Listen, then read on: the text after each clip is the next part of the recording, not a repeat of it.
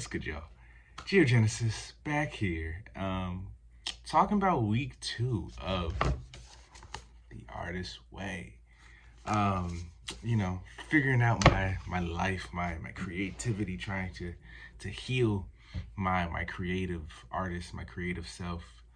Um, and week 2, there's a lot to talk about with week 2. Um, so week 2 is about recovering a sense of identity. And I had to write some notes down for this one just so I remember everything in my head. But week 2 is essentially about recovering a sense of identity. And reading through week 2, there are a lot of points that I feel like really resonated with me. The first being that when you are on the road to spiritual recovery, um, if any of y'all watched the first video I talked about week 1, and I just felt like so inspired. Literally after like day 1, I felt so inspired to just be creative, to do certain things, to go out, to just be present in the world, and it was mind boggling, eye opening for me. Um, Week 2, life's full of ebbs and flows, so week 2 was a little bit tougher for me. Um, I felt not as motivated to wake up and do my morning pages. I did do my morning pages, although I didn't do it every day. I did it 5 out of the 7 days last week, only because my girl came this weekend. It was her birthday, so we kind of celebrated. But don't want to use that as an excuse because I could have did the morning pages, and I made a conscious effort to not do them. So that's on me though. I take full accountability, responsibility for that. But yeah, just doing the morning pages. I remember the first week I was so eager to just wake up, just start writing, just getting these thoughts out. And then week 2 came around, and not that I wasn't eager to do it, but it was definitely a different different energy. Um, I wasn't as excited. I knew, and I still know that the morning pages are helpful, as far as like clearing out the mind in the morning and stuff like that. But wasn't as enthusiastic about it. Definitely was more doubtful. Had a lot of negative thoughts that I was writing out. Had a lot of weird dreams last week. A lot of weird dreams. Some of them were very straightforward, very vivid. Some of them were very vague. I think I had a dream about like zombies like invading my neighborhood or something like that. I don't know, but maybe y'all know more about that or can decipher that for me. but now going through week 2, one of the first things that kind of stuck out to me was talking about when you are in this healing stage, you feel this sort of newfound energy and passion for life and for art and just for things that you kind of forgot about from your childhood that you want to rekindle, and just makes you feel great. But there's a lot of people in your life, a lot of your friends, family, whoever, that may still be blocked mentally, to where they might not be as happy as you think they would be for your healing, because your healing kind of reminds them of where they're currently at. And that's kind of that denial, that refusal to accept that they are blocked. So, if they see you happy, they see you winning, it might turn into resentment or hate or whatever adjective negative adjective you want to use. But that's something that kind of was interesting to me, um, which was funny too, because you know, after reading this book for the first week, I was sharing this book with as many people as I could. Not people that I thought like, oh, you need this book, but like just anybody that would listen. I was just tweeting it out. Obviously, made a YouTube video, was sharing that on my socials and stuff like that. And I actually had a couple people hit me up and say that they got the book because of me, which felt really good, to see people take their own initiative in that sense. But obviously, help, you can only help who wants help. So that was something that was interesting to me. Another thing, because like I said, the week 2 is about recovering a sense of identity, is something that I've struggled with often in my past, is the imposter syndrome, and I'm sure a lot of creatives have also struggled with imposter syndrome. Is you do all these amazing creative things, and you get all this praise, this love, this adoration, whatever. And for whatever reason, you could get like 30 positive comments about whatever art you just dropped, but it could be that one little negative criticism that like sticks in your brain for whatever reason. I don't know. um I think it probably stems to, back in childhood, to where you just are seeking praise and approval from, you know, people that are close to you or older than you. And if you don't get that, it's kind of demotivating. It's very disheartening. And I know that's how I was as a child. Is I really did seek out validation from people that I, loved and respected, and sometimes I wouldn't get that, and it really hurt. And I feel like as adults we kind of forget that, if that has happened to you, but we kind of forget that that has happened, but that stuff manifests and builds, and it comes out as we grow older, and we kind of just don't even realize it, unconsciously, of course. But yeah, as far as like imposter syndrome, just one thing I've been trying to remind myself is that like skepticism and criticism is always going to come, but I have to trust in myself and my vision, and just believe that what I'm doing is right for me. And that's all it has to be. It doesn't have to be right for anyone else. Because as far as the music goes, there's a period of time this year, I feel like, where I was just very focused on capturing a certain feeling as opposed to just feeling the feeling. And not to say I wasn't making like good music. I think the music I've been making this year has been some of the best music I've made in my life. But I definitely was getting in my head a lot with certain things. And I had a whole EP, a project done, and I remember I played it for some of my homies, and my producer homies, and they were like, yeah, like we love this, it sounds great. But still something in me was telling me like, this isn't, something's not right here. Like, this doesn't feel, not that it didn't feel real. They were definitely genuine in their opinion, but for me personally, like, something in me just didn't feel real. And I played it also for one of my closest homies.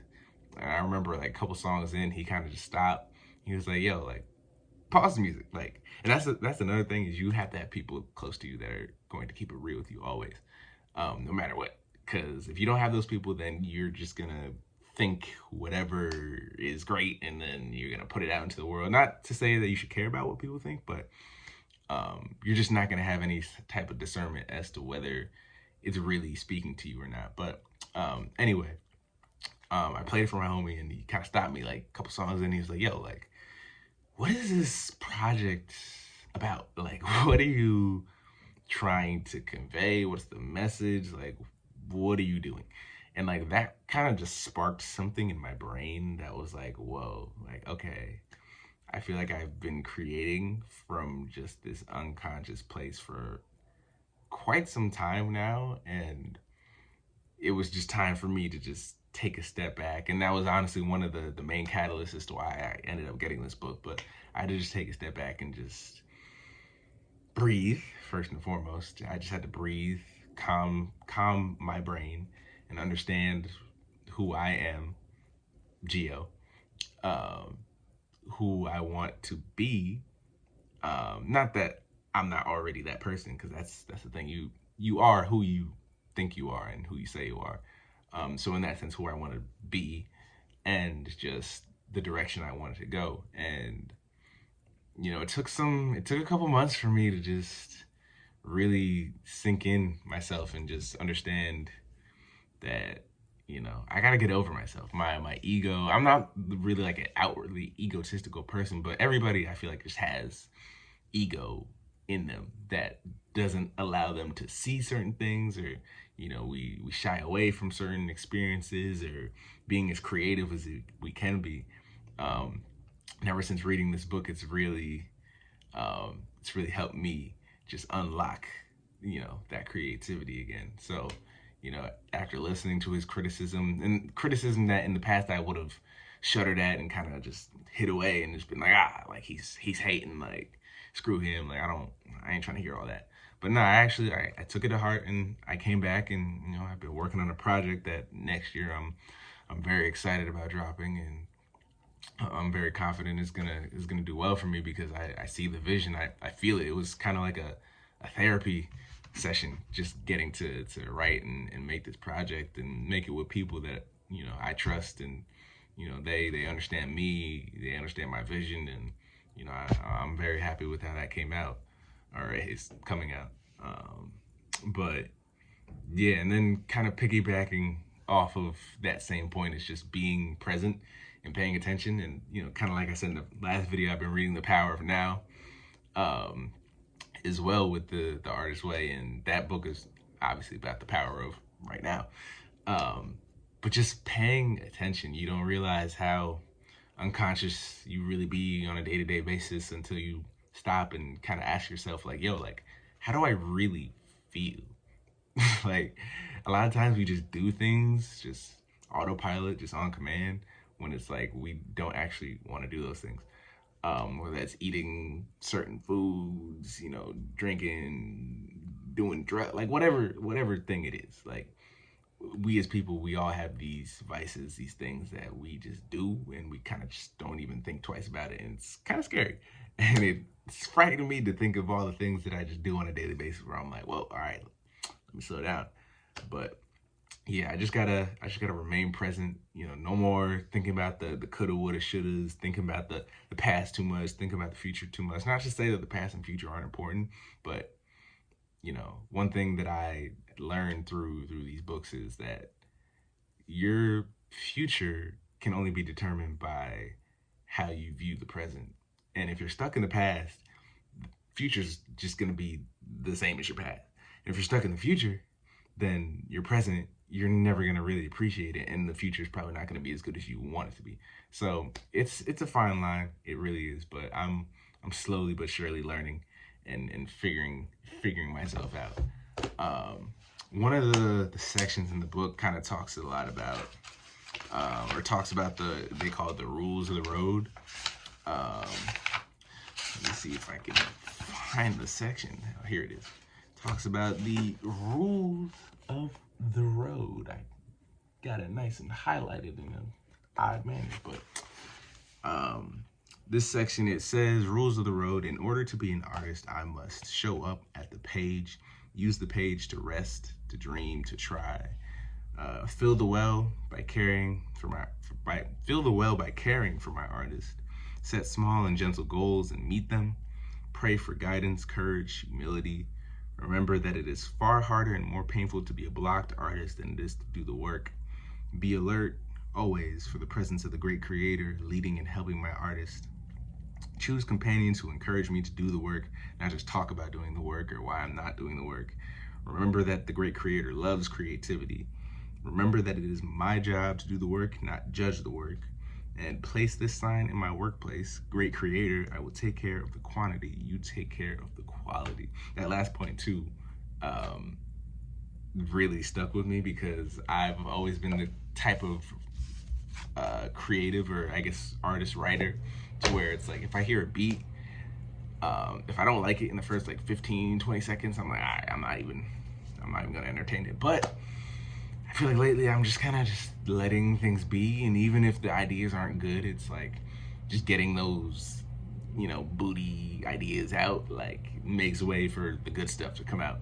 And it's really been manifesting into my writing, and I've been writing some really cool and fun verses lately. So I feel like just letting go. It's just all about letting go, and realizing that you are who you think you are, and you can do whatever you want in this world. Now, the last thing, as far as like the tasks and the challenges this week, like I said, it was a little tough getting through and doing some of this stuff.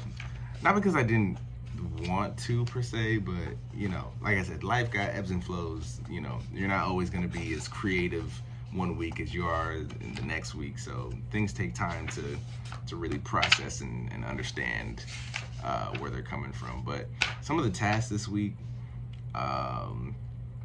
that honestly it kind of took me a minute to get to, was drawing like a life pie. Like you had to draw a circle, divide it into 6 pieces, different sections being like spirituality, like exercise, play, work, friends, romance, adventure, like different sections. And you had to draw like a dot in each part of, you know, those sections, and then you connect the dots and you kind of see, based on like where you place the dot, which closer to the middle means like you don't do or focus on those aspects as much, and then further means you focus on them a lot. And just seeing like the different like aspects of how I go about my life, it was kind of crazy to see like, oh, I'm not really dedicating, you know, the right amount of time to, you know, this section or whatever. So that was interesting to see. It took me a minute to get through that, but we got it done. And I did all my tasks. I did all the tasks in this section. 10 tiny changes. That was one that I honestly had fun with, because just 10, you know, things that you want to do different, you know, on just in your life. So like you start out saying like, I would like to, I can't remember like what it was I said I would like to learn how to play a saxophone or something, because I used to play saxophone in 4th grade and I stopped because I thought that was too heavy. Sad but true. But just little things like that is what, you know, I started writing about, and just thinking about all those things, it gave me so many ideas of things that I want to do, things that I want to try, parts of my childhood that I want to rekindle. So I'm excited to keep going. I actually already read week 3, so I'm gonna make a video about that, you know, at the end of next week. But yeah, this is week 2 of The Artist's Way with Geogenesis. But yeah, for any of you that are still sticking around at the 17-minute mark of this video, I appreciate you guys for watching, and I hope if any of you decide to get this book that it is helping you or will help you. So appreciate y'all. Sleeping on the floor, ain't got no worries though. Mama worried about me on this dirty road. Nikes on my feet so I can jump if I need.